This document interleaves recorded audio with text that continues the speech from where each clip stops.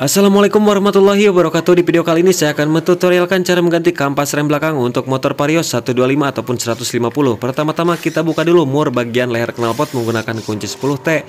Kemudian di bagian swing arm kita buka menggunakan kunci 14. Ada yang 3 biji, ada yang 2 biji supaya lebih mudah. Nah, seperti ini cara bongkarnya supaya tidak murag ya. Jadi kita buka dulu bagian mur yang di leher knalpot supaya tidak jatuh. Oke, kemudian kita buka baut swing arm menggunakan kunci 14.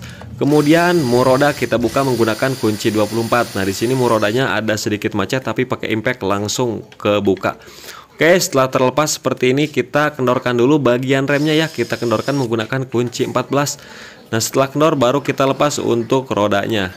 Oke, langsung saja kita lepas bagian kampas rem ataupun pirodonya ya. Nah, di sini untuk pirodonya udah tipis banget. Kemudian kita buka untuk ganta remnya. Kemudian kita cek paha remnya harus lancar seperti ini. Kalau seret kita bongkar, kita kasih pelumas. Kemudian kita bersihkan dari bagian kotoran-kotoran. Bisa menggunakan air sabun, kompresor ataupun dikuas seperti ini.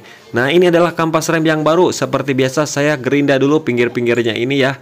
Nah, dua-dua bagiannya ini saya gerinda supaya apa? Supaya putaran oke dan pengereman oke, karena terkadang si bagian peleknya itu sudah pada gandet-gandet ya di bagian pinggir-pinggirnya, supaya pengeremannya lebih maksimal. Pengereman pun jadi lebih maksimal. Langsung aja kita pasang bagian pirodonya, pernya kita pasang, mau menghadap dalam keluar itu ujung pernya itu nggak apa-apa ya, dan pirodonya pun bisa dibolak-balik asal sesuai ya, sesuaikan.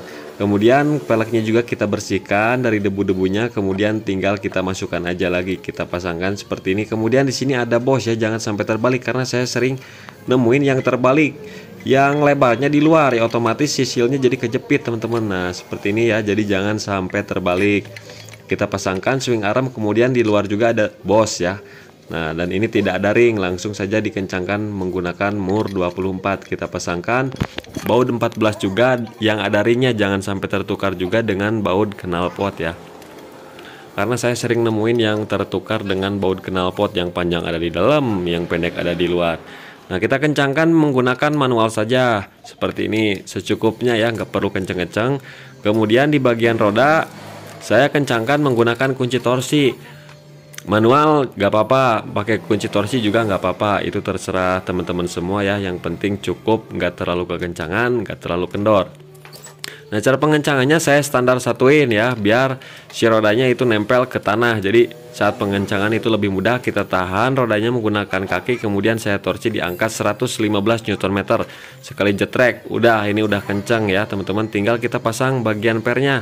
Nah, bagian pernya untuk motor Honda itu ada di atas ya, bukan di selang remnya. Kalau yang ada di selang rem itu motor Yamaha, kalau Honda itu ada di atas, di crankcase ya, ke paha rem. Jadi jangan sampai salah ataupun keliru, karena saya sering nemuin kok motor Honda disimpan pernya di selang remnya ya, itu salah.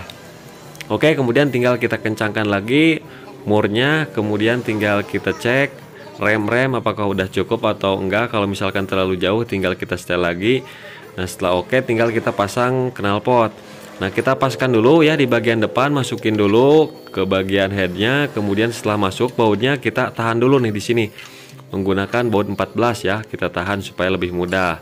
Setelah itu baru kita kencangkan ya di bagian depan, kita pasang mur 10 ya supaya lebih mudah. Jadi kita ngencenginnya yang bagian depan dulu, jangan yang belakang dulu. Kalau misalkan kita ngencengin bagian yang belakang, nanti si bagian depan itu bakalan renggang ya. Jadi yang bagus, yang baik itu kita ngencengin leherannya, mau buka mau pasang itu yang depan dulu. Nah, kita kencengin secukupnya saja ya teman-teman. Nah, kemudian tinggal kita pasang baut 14 yang dudukan knalpot. Nah, di sini saya untuk kunci T yang depan itu saya menggunakan yang pendek. Kalau misalkan teman-teman pakai kunci T yang agak panjang, teman-teman bisa sambil di standar 1 dan standar 2, jadi motornya agak disenderin supaya lebih mudah saat pengencangan ataupun pembongkaran. Oke teman-teman, ini udah kencang. Kemudian kita cek putaran roda, remanya. Kemudian kita coba hidupkan, tes knalpot apakah bocor atau tidak. Pastikan roda berputar lancar ya, tidak seret teman-teman. Kalau misalkan seret itu masih ngerem, jadi kita kendorin. Oke teman-teman ya, jadi begitulah tutorialnya, mudah-mudahan bermanfaat.